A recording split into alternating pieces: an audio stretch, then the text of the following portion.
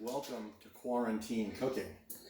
Tonight I'm going to show you the simplest and best way to cook venison backstrap, and anyone who says otherwise is a communist.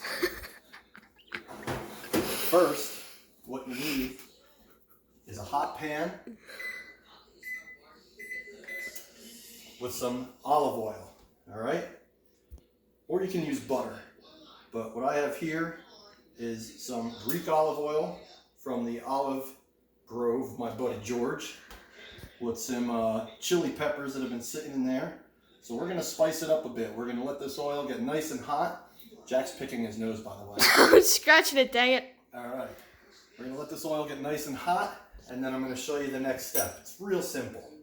Alright, so come back in a minute, and we'll show you what's up next.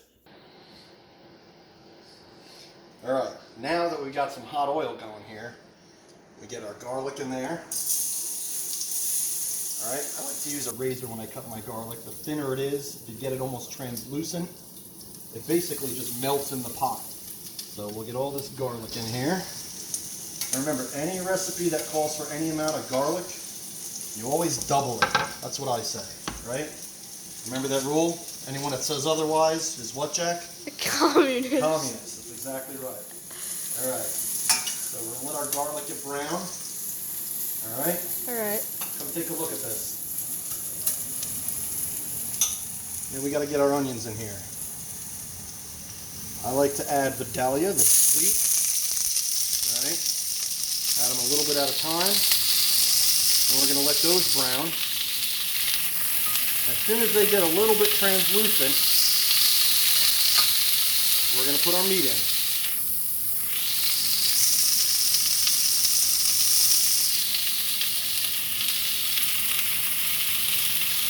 it off? Oh, it's still going? Yeah. Oh, all right. As soon as they get a little bit translucent, we're going to put our meat in. All right, so now we got our garlic and onions. Roads. Alright, come over here, let's show them what we're working with, Jack. Okay. Alright, they're not completely caramelized, the onions aren't anyway. They're just starting to get a little brown, a little translucent, alright? So what we're going to do is, we're going to make ourselves a nice hot area right here.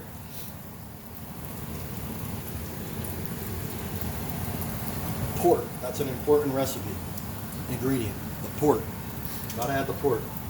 Alright. Damn, that smells sexy. Beat it. So what we got here is some venison backstrap, courtesy of the National Wild Turkey Foundation, the Walk-Hill Refuge, and my killer, my man Jack. Alright, what was this deer's name? Deirdre. Deirdre. I believe. Right. So what we're going to do is we're going to put that right on the hot pan. Alright, we're working with about low heat, low to medium heat. This goes to 10, we're on 3.5. Alright, what we got here are two nice pieces of backstrap. So, I got a rub that I put on here ahead of time from Spiceology. I can't tell you which one, gotta keep some secrets. Alright, so we're going to put that right on the hot pan. Here's a tenderloin we're going to put on there now. So we got a backstrap, we got a tenderloin in there. Let's put this aside. Come take a look. Alright, so we're going to sear all sides of this in the garlic and onions. Now it's important not to burn your garlic and onions ahead of time because they're going to sit in there with the steak while you're cooking it. Alright, get that up in there. Alright. Now this should take a minute per side, maybe. I mean, I like my venison bloody. I like it, you know, still running through the field with an arrow sticking out of its gut. So, Rage broadheads, Raven crossbows. Alright, so we're going to burn that side. I'm going to turn this up just a hair. Alright, look what you're going to start to see on that. See that crust? Yeah, that's that crust you need, alright? Push it down. We're going to let that side burn. Let's take a look at our tenderloin. Look at that guy. That's your inner loin right there.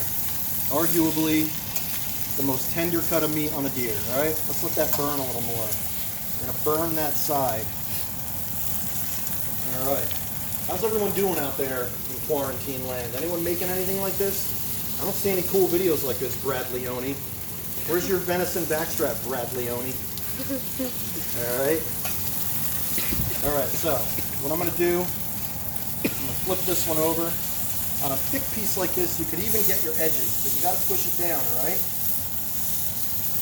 You gotta push it down, you gotta get that crust on there, all right? All right, we'll come back in a minute when all 4 sides are crusted. All right, let's take a look at what we got.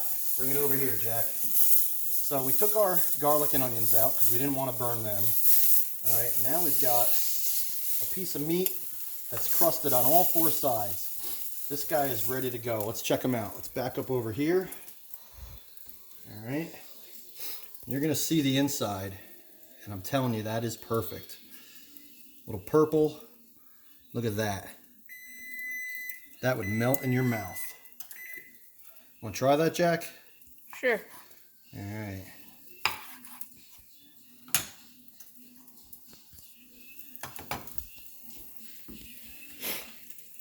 It's probably hot.